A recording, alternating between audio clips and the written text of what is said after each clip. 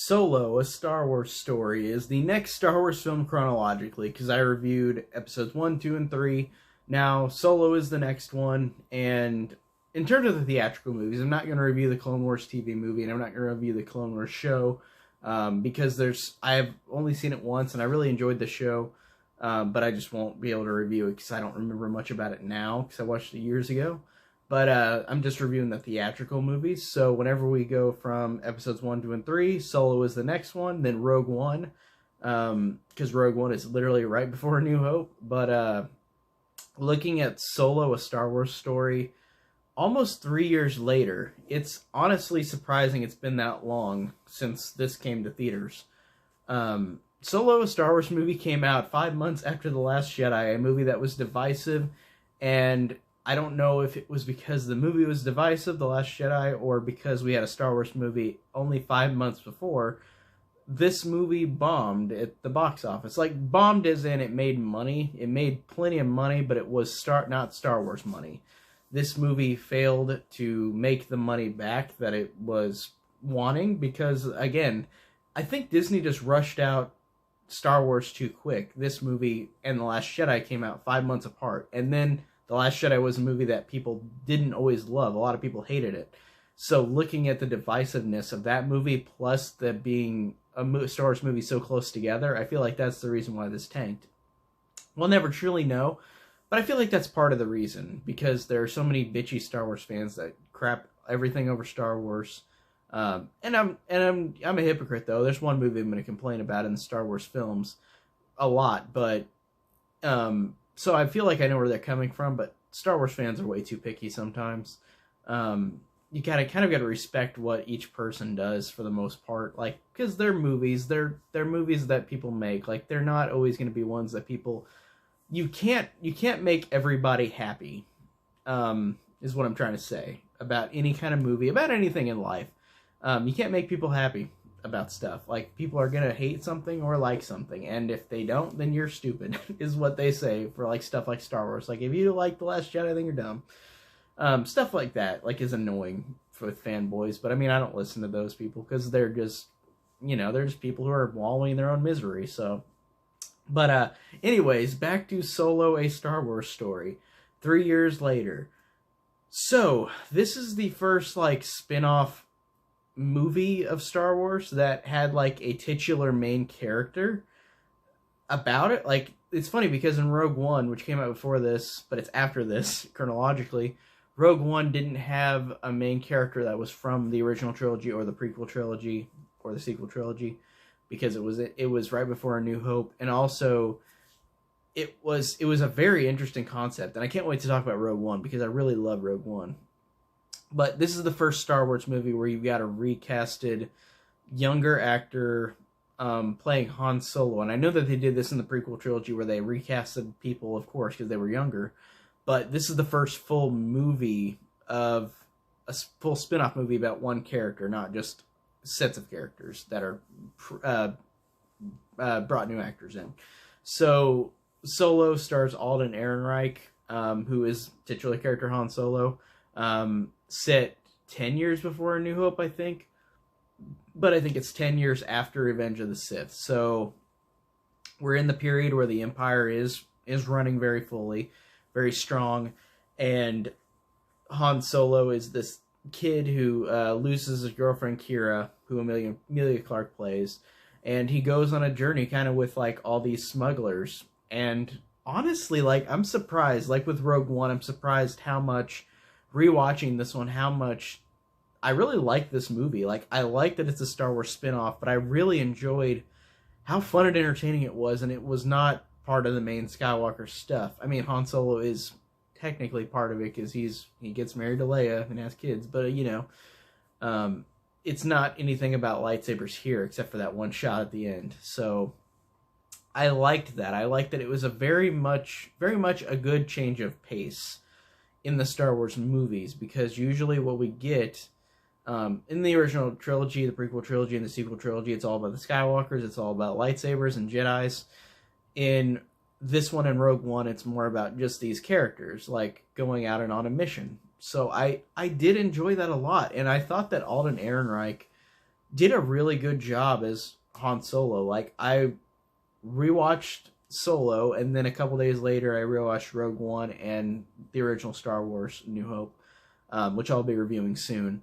But going back from this Solo to A New Hope, it's honestly kind of cool seeing how similar they look. Like Alden Ehrenreich and Harrison Ford. Like, they're not completely the same looking. They're, of course, different people. But I thought that the translation from this film to A New Hope, I thought was cool. Just how he looked in this movie. Like, I thought Alden Ehrenreich did a good job, and I actually liked his performance a lot. I thought it was way more charismatic and way more smarter than I realized with how he portrayed Han Solo in this. I like how Han Solo in this movie is not like he is in the original trilogy. I like that he's a character who is... He really is a character starting out. He's a character starting out and is not as much for himself yet until the end of the movie, where he realizes all the stuff that's gone down. He becomes more of like a loner than what he had been at the beginning. Because I like how at the beginning he has Kira, a girl that he loves, and then she's taken from him and then separated from him. And then he finds Beckett and all these people. Beckett played by Woody Harrelson, which is awesome. But Beckett, and by the end of the movie, Beckett betrays him. So I like how Han Solo, you look at it from this character's point of view of like he's more of a chipper character at the beginning, but as he goes along this route, like it really gets cool and fascinating how this character changes. And I like that this one movie did that, and it felt very fluid and it worked. And Ron Howard directed this, which is pretty cool. I always forget that he directs this movie because I just don't even think about it, but I think he did a great job. I think that he really did a great job establishing Star Wars again with another spinoff. Because he's a great director already for the most part with his movies, so I do like seeing Ron Howard directing this one. And I just really enjoyed it. And Gareth Edwards, too, I thought did a fine job with Rogue One. So I like the directors that they've gotten for these spin-offs already. It's just such a sad thing that these spin-offs might take a while to get back to theaters because Solo did bad, but that's just because I think, again, it was literally just 5 months since The Last Jedi, a divisive movie, and then both of those factors probably made it bomb. Or made it, not bomb, but it made enough money, but not Star Wars money. So I'm fascinated to see where we're going to go with these spin-offs, because give me as many Star Wars spin-offs as you can. I'm just one of those people. I love them all. Or most of them. You'll see whenever I keep reviewing these movies. But with Solo, I really liked Han Solo, the character in this movie. I liked it a lot. I liked, as well, Donald Glover is so cool, and I like seeing him in this movie as well. And I think he's honestly kind of pitch perfect casting for Lando. Like, he genuinely portrays that, like, smarmy, like suave kind of performance, like Billy D. Williams did in the original trilogy and Rise of Skywalker. Like, he gave the same performance like Billy D. Williams, but he made it his own. He really made it feel... I think Alden Ehrenreich did that too, but I feel like they both made their performances feel like they were their own, but they were still really connective to their original counterparts, and I really enjoyed that. And he's really funny too. Like, there's just some things that Donald Glover would say, like especially to L3, who's this sassy robot, which I think is really hilarious. This sassy robot who wants robot rights, which I think is really cool and a really cool idea to have in Star Wars. Because, you know, a lot of droids are just there to be servants, be slaves. So I could see why some robots are like, hey, stop it. You're just being a slave. Come on. Like, I think that's funny. I think that's really cool. And it's hilarious that L3, whenever she walks, she's got, like, big lady hips, if that makes sense. Like, she's a robot with legs out to here, and they're, like, hips that go back and forth. Like, it's silly because it's kind of just cliched of this sassy woman, like, but it's funny, though. And I think that actress, I forget what her name is. It's, like, Kelly something, but, like, she was really funny as the voice of L3. Like, I did enjoy that. And whenever L3 gets killed, like, I thought that was pretty sad and actually pretty effective, especially on Lando's part. Like, I like that as well. And looking at, like I said, I've talked about Solo, I've talked about Lando, Beckett, I think is great. Woody Harrelson, I really enjoy in everything. He's so freaking awesome. And watching him in this one, like, I like the complexities of this character where, for the simple kind of blockbuster movie, like, I liked how this character betrays everybody and he's the one behind a lot of it. And then, like, I like how in the end of the movie, Han turns the tables on him where, like, Beckett says, don't trust anyone. And then whenever he's revealed with Dryden Voss, whenever he's revealed with him, I like that Han Solo just says to Beckett, like, yeah, you said that don't trust anybody, but you also said people are predictable. So then I like that he one-ups Beckett at the end. Like, I thought that was cool. And just, again, Woody Harrelson, awesome. And the gang that, like, Beckett runs, like, all those characters were really fun and lighthearted and just, it's like Rogue One or the prequels where, like, all these characters die because, of course, they're not going to be in any other movies. So, but it really was effective whenever they all died. Like, I liked... It's weird because, like, in Rogue One, everybody dies too, but, like, I liked how when these characters died, they had, like, some brief, like, final moments that were pretty touching. Like, I liked seeing how these characters did have an effect on me. Like, they were fun and enjoyable. And whenever they died, like, you did feel it. And I think that there was some genuine likeness to it in terms of, like, these characters being likable and fun and funny. And whenever they go, you're like, wow, okay, I actually do feel a little something for them.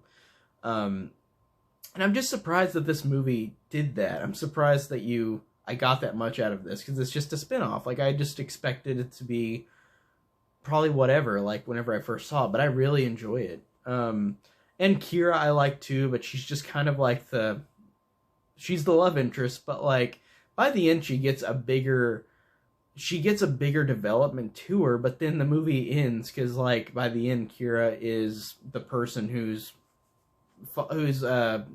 like, Darth Maul is the one that she is under. Like, Darth Maul is her leader, and whenever you realize that, that's really cool, and seeing that, but then it's like, well, this character wasn't in the movie that much before, so it stinks, because I needed more, but I feel like if we get another Solo movie, or if we get a Disney Plus spinoff or whatever, I want to see more of Qi'ra, because I started liking her a lot more at the end. Like, I thought she was fine throughout, but at the end of the movie, I was like, wow, she's getting really interesting. That's great. And I really hope that we see more of this character in a spinoff or in another Solo movie or in a Disney Plus, like, spinoff. Like, hopefully we do, because I do like that. And I like Emilia Clarke a lot. That's great to see her in this.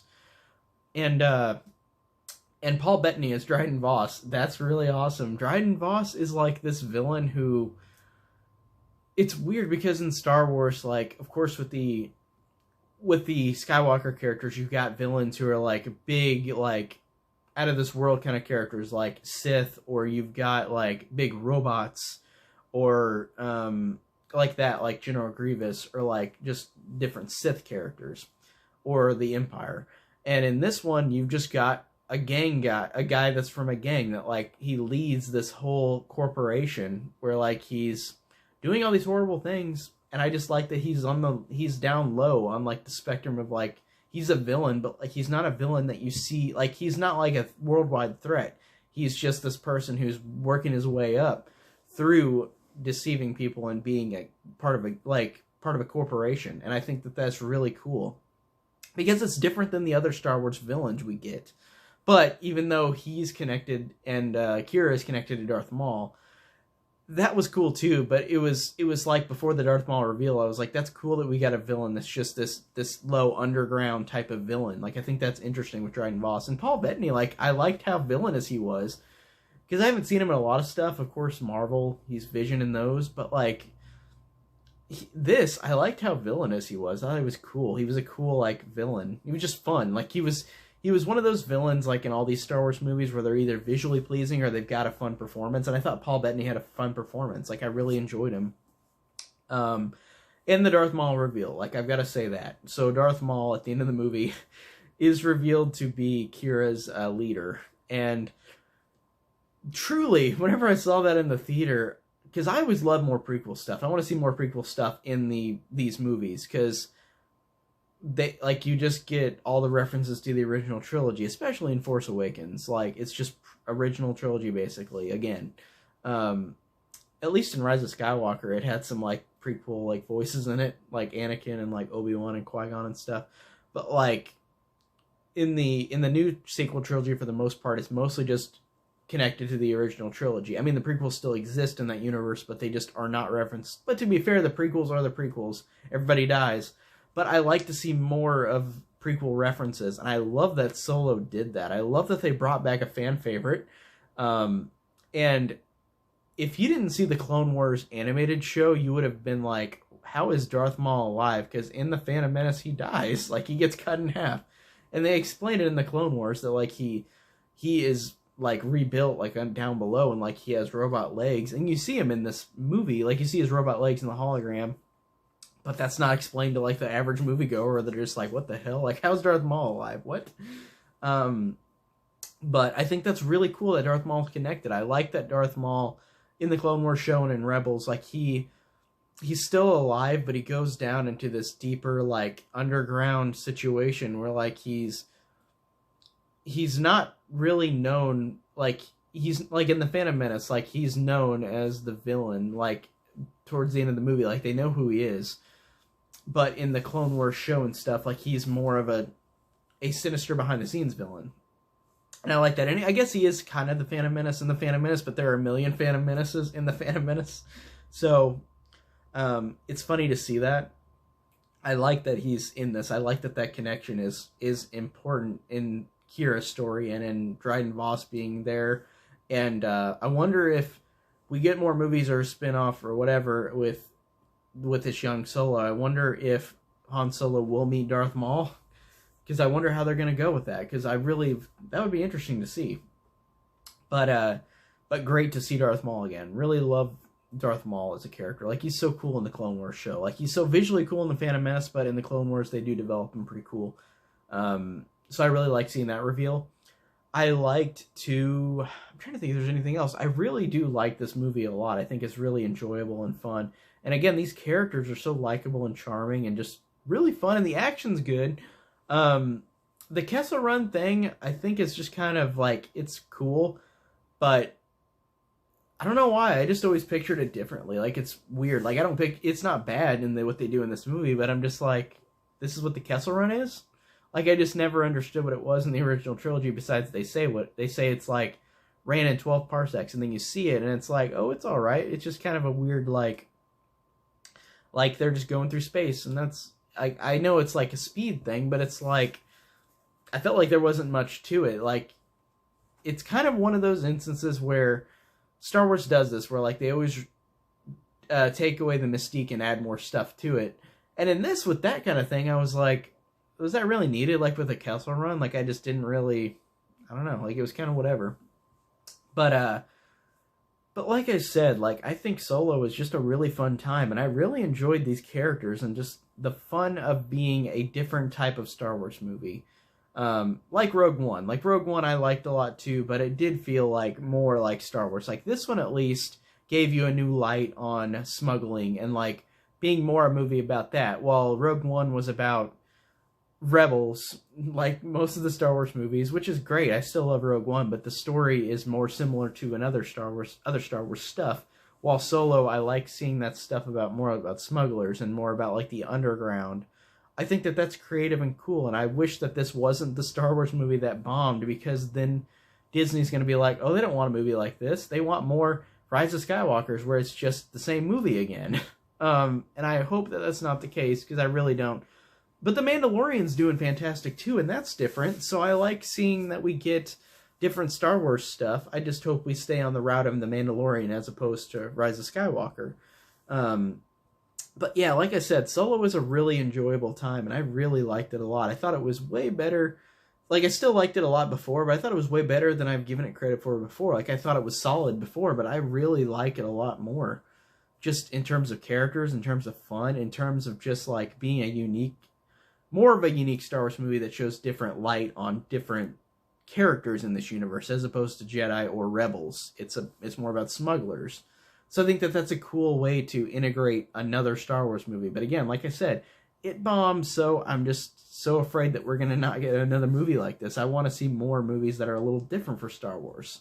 Because like history's told us, if you get The Last Jedi, you get The Rise of Skywalker, you get a movie that's just really the same movie like everyone else because they had a movie that was different before and fans bitched about it. So I sure hope that we get another movie like this. But I just hope Disney does that. I hope they don't just kind of puss out like they did with Rise of Skywalker. Like, I hope that we get more movies like this, in my opinion. So, like I said, Solo: A Star Wars Story, really, really recommend. Like, I've recommended, but people have seen this already, I know, if you're a fan of Star Wars. So, I enjoy Solo. That's it. Next up will be Rogue One, so I'll talk to you guys later.